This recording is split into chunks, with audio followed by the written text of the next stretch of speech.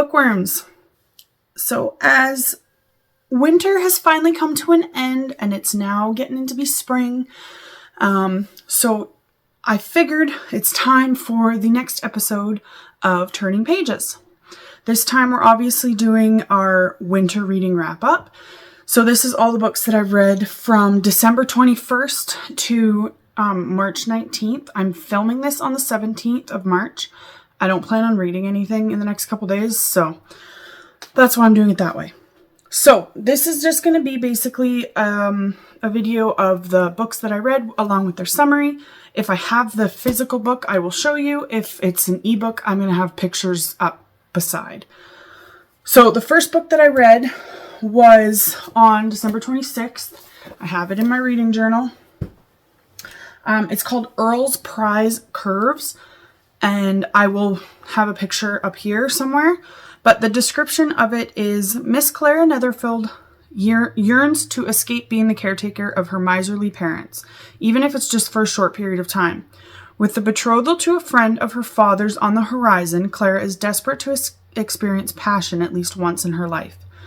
But should she accept the scandalous offer from her best friend's father? As the Earl of Covington and a man twice her age, Hugh must resist the curvy Clara's charms, especially after finding her reading a naughty book in his own home. But when temptation becomes too much, he finds himself offering to tutor Miss Netherfield in the art of pleasure, despite his better judgment. Can love bloom between this May to December couple? Or will their family obligations tear them apart? So this book is, I think it would technically be called a novella because it's only 100 pages. Roughly according to this anyways, according to my Kindle, it's only 100 pages, but it was really good. And I wish it was actually a little bit longer. The story was well written. It's obviously, I should have said this first. It's by Gemma Frost. But I wish it was a little bit longer. It was very well written. Sorry, my Kindle is taking a really long time to load the next one. But yeah, it was really well written. It was really good. I really enjoyed it. And I think I'm kind of interested in reading the rest of the series because there is a whole series of these books. So we'll see if that happens. I'm just trying to load the next one up because it's also a Kindle book. The next one that I read... Why is it doing this? My Kindle doesn't like me today. It's called Fighter's Best Friend by A. Rivers.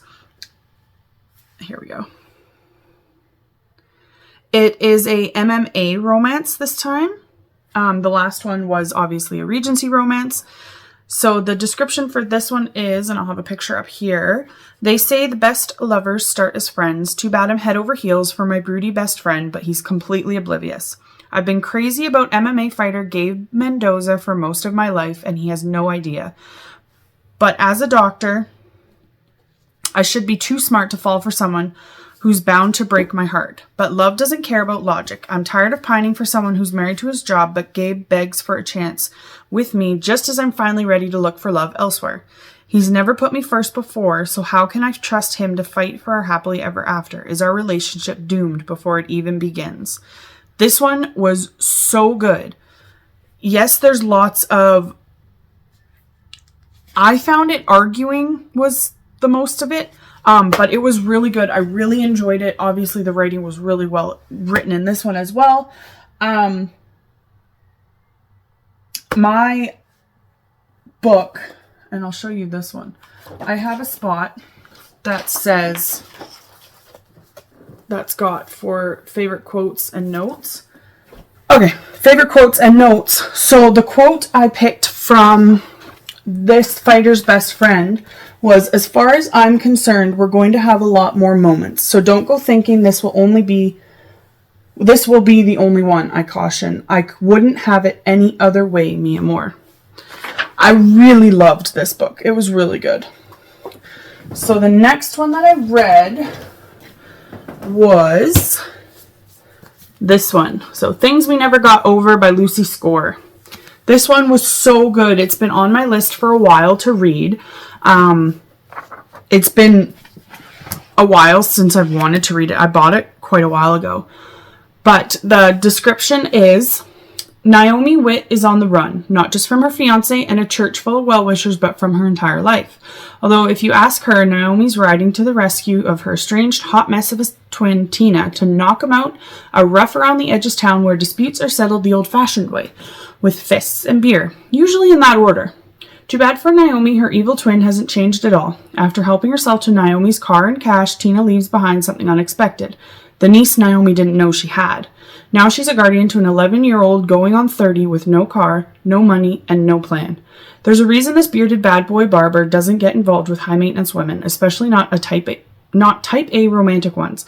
But since Naomi's life imploded right in front of him, the least Knox can do is help her out of her jam. And just as soon as she stops getting into new trouble, he can leave her alone and get back to his quiet, solitary life. At least that's the plan. This book was so good. I devoured it in a day, and then I immediately started the next one.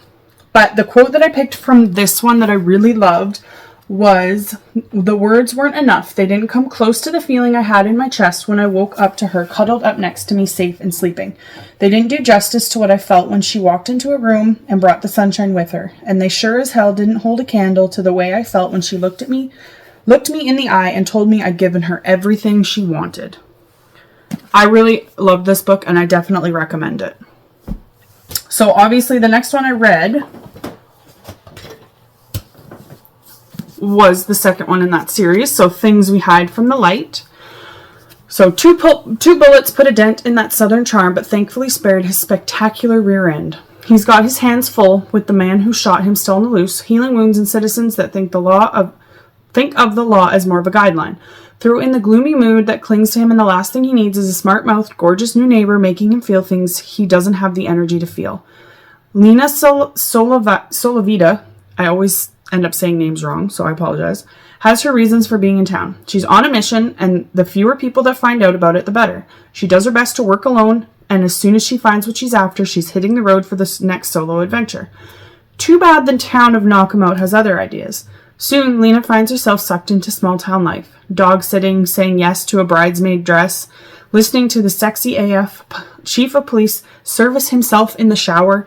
But when Nash finds out why she's there, flirty friends become furious enemies. The sparks flying don't know the difference between lust and hate. When danger forces them together, it's only a matter of time before they both get burned. This one was really good. I love the mystery aspect in these books. And I really wanted to find out, obviously, what happened next. Like, it doesn't finish in this book. So the next book actually finishes that off. But the quote I picked for this book is, "No, listen to me, Angel. I'm so fucking sorry. I let you walk out that door, but that's as far as I'm willing to let you go. Please don't take another step away from me. Please be patient with me. You breathed life back into me. You brought me back to the light. Let me have you. Let me take you. Say you're mine," he demanded. I loved that quote, and that encapsulated basically their whole relationship. In my opinion anyways. So this book was really good. I really enjoyed it. And the next one was, as I'm holding it the wrong way, Things We Left Behind. So this was the conclusion to this series. And I have to say, this was my favorite book of the series. So it's Lucian? I don't know how to say his name. Rollins is a lean, mean, vengeance-seeking mogul on a quest to erase his abusive father's mark on the family name. He spends every waking minute pulling strings and building his empire. The more money and power he gains, the safer he feels. Except when it comes to one feisty small-town librarian. Bonded by an old dark secret from the past, their current mutual disdain, Sloane Walton trusts Lucian as far as she can throw his designer-suited body. When bickering accidentally turns to foreplay, the flames are fanned, and it's impossible to put them out again. But with Sloane more than ready to start a family, and Lucian refusing to even consider the idea of marriage and kids, these enemies to lovers are stuck in an impasse. Until Lucian learns the hard way that leaving Sloane is impossible, the very least he can do is to keep her safe. So the quote that I picked for this one is, Lucian I don't know how to say his name. Lucifer Rollins was going to be my husband, and I was going to be his wife. We were going to spend the rest of our lives building a family and driving each other absolutely insane. And then the next part that I also picked was, I think you're the most beautiful bride I've ever seen, and I'm the luckiest man on earth. So this was obviously the ending. Obviously, that's a spoiler. I will have a part in front of this video that says spoilers. But yeah, this is my favorite one of the series. Amazing. So the next one that I read was this one, Rewrite Our Story by Kat Singleton. So the description for this one is, Cade Jennings was always there for me when I needed him, until he wasn't. I'd spent my entire life loving my best friend's older brother. Every single one of my birthday wishes was spent hoping Cade would finally notice me. And then one day he did. But not all love stories have happy endings. It's been years since I left the small town of Sutton Mountain, devastated and heartbroken. I'd used the pain to fuel a best-selling novel that solidified I'd never have to return, until tragedy struck, forcing me to face the man who shattered my heart.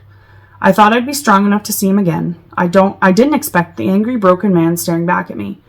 But the more time we spend around each other, the more I see the glimpses of the man I fell in love with. His touch still owns me, his kiss still brands me, and even after all this time, the feelings I have for him still consume me. Cade and I are unfinished business, and this time he's not letting me leave until we rewrite our story. This book was so good. The one thing I will say, though, is it went back and forth between 15 years ago and everything. Like, the back and forth between the years kind of annoyed me, if that's the right word, but the book was still really, really good. So I kind of overlooked the back and forthness of it. The quote that I picked for this one is, Dad stands up, rounding his desk until he puts his hands on my shoulders. I've never been more sure of anything in my life. Follow your heart, son. All the rest of life's bullshit we'll figure out later, okay? Best quote, in my opinion, of this book. This book was so good. I want to read the next one. There is another one that follows Cade's sister and her story. So I want to read that one next. But this one was really good. And then after I finished this one, which I read February 5th, if you can believe it, the next book I read was not until March 10th. I went through a phase of not wanting to read anything. So in order to get myself back into wanting to read books again, I started reading my favorite series, which I end up reading a lot. I reread it all the time. These ones, I'm not going to do the quotes because the dialect and the writing in this one is very much Highland. It's Scottish. They're Scottish Highlanders. So the writing is not the easiest to actually say out loud, at least to me. So I won't be sharing the quotes of those. If you are interested in seeing the quotes, I can for sure send them to you. But the next one I read was this one. It's called To Marry a Scottish Laird. So Highlander Campbell Sinclair is no stranger to battle, so when he sees a lad attacked by bandits, he jumps into the fray. He didn't count on being stabbed. Grateful to the boy for nursing him back to health, Cam offers to accompany Joe safely to his destination. But when he accidentally comes across the lad bathing in the river, Cam discovers that Joe is actually Joan with the most sinful of curves. Joan promised her mother that she would deliver a scroll to the Clan Mackay, but traveling alone is dangerous, even disguised as a boy. When a Scottish warrior lends his aid, she is more than relieved until he surprises her with lingering kisses and caresses that prove her disguise hasn't fooled him.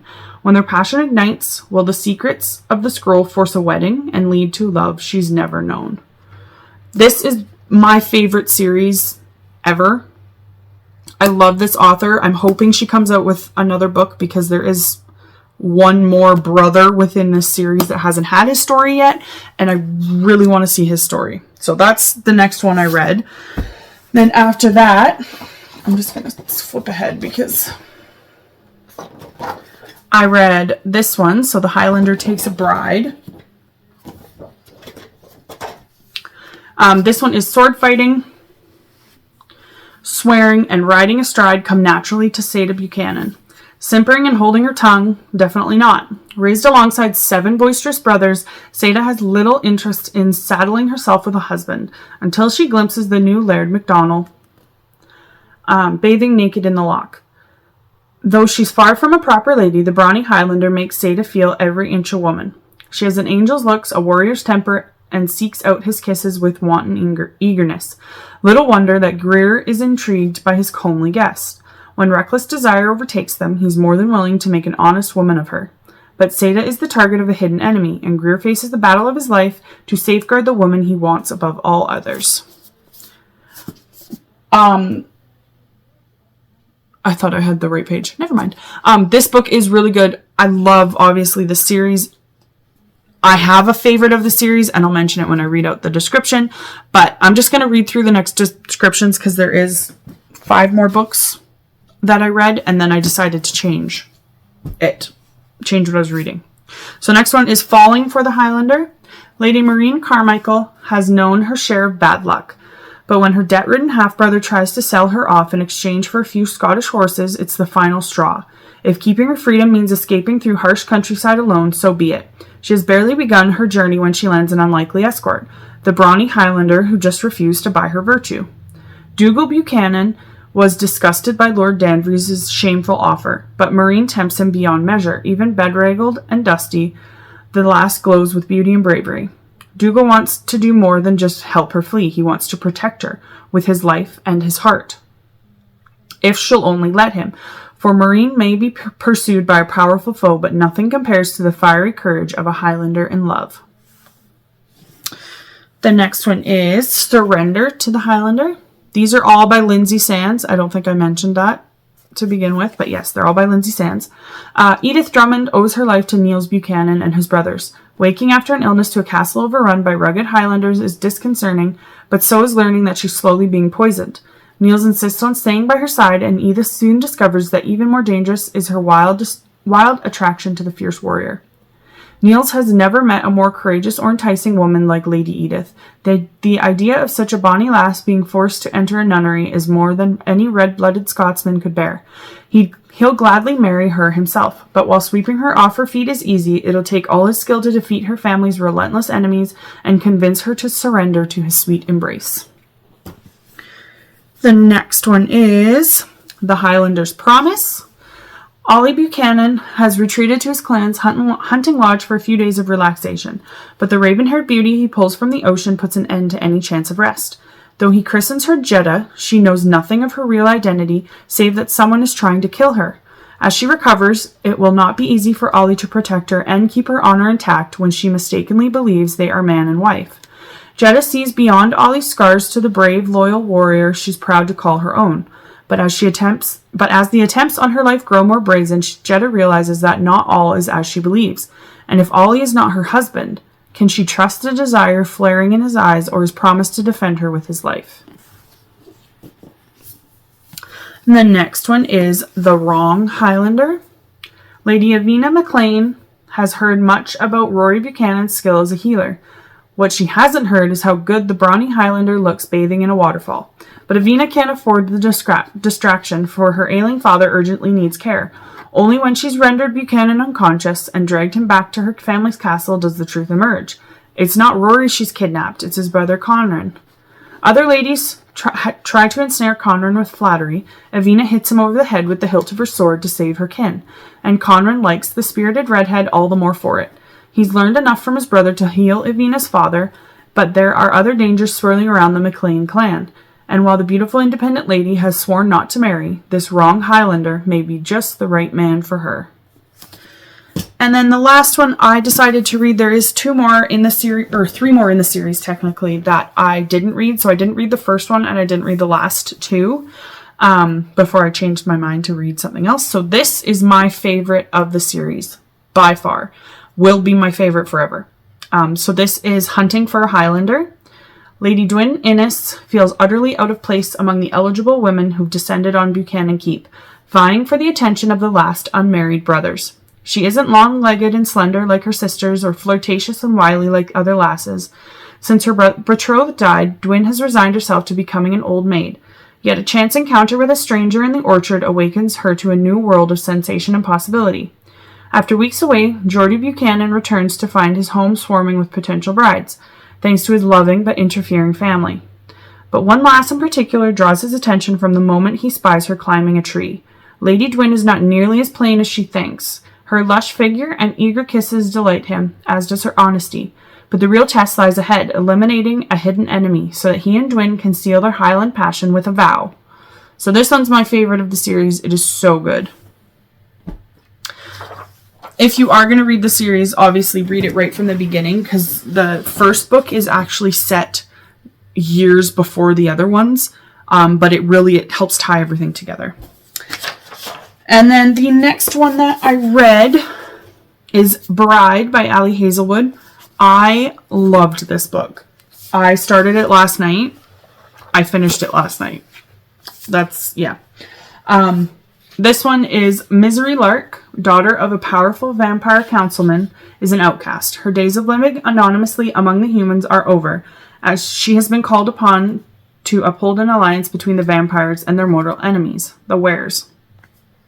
Wares are ruthless and unpredictable, and their alpha, Lo Morland, is no exception. He rules his pack with absolute authority, but not without justice or feeling. It's clear from the way he tracks Misery's every movement that he doesn't trust her. If only he knew how right he was. Misery has her own reasons to agree to this marriage of convenience, reasons that have nothing to do with politics or alliances and everything to do with the only thing she's ever cared about. And she is willing to do whatever it takes to get back what's hers. This book was so good. I have been seeing it all over TikTok. Everybody's saying, oh, it's so good. All over Instagram, it's so good. It's so good. I finally got it and I finally read it. I loved it. I definitely recommend it. The quote that I picked, it's not the whole section. The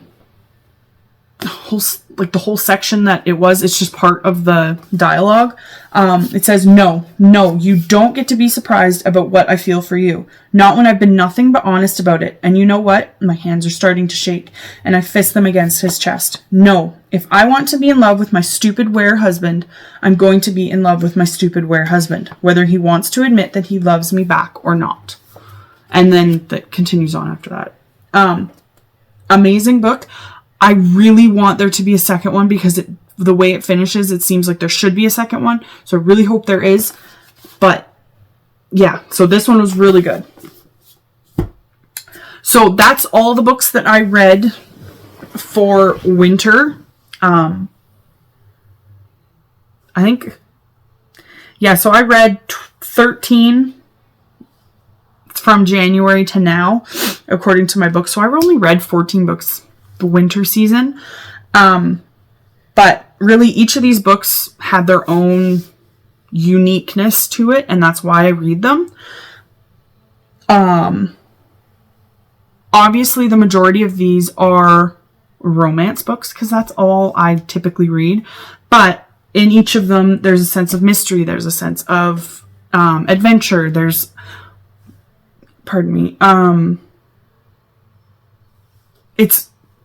it encapsulates a lot even within a romance book, if that makes sense. But that's the end of the winter reading wrap up. Obviously, spring is upon us. I'm very excited about that. But comment down below.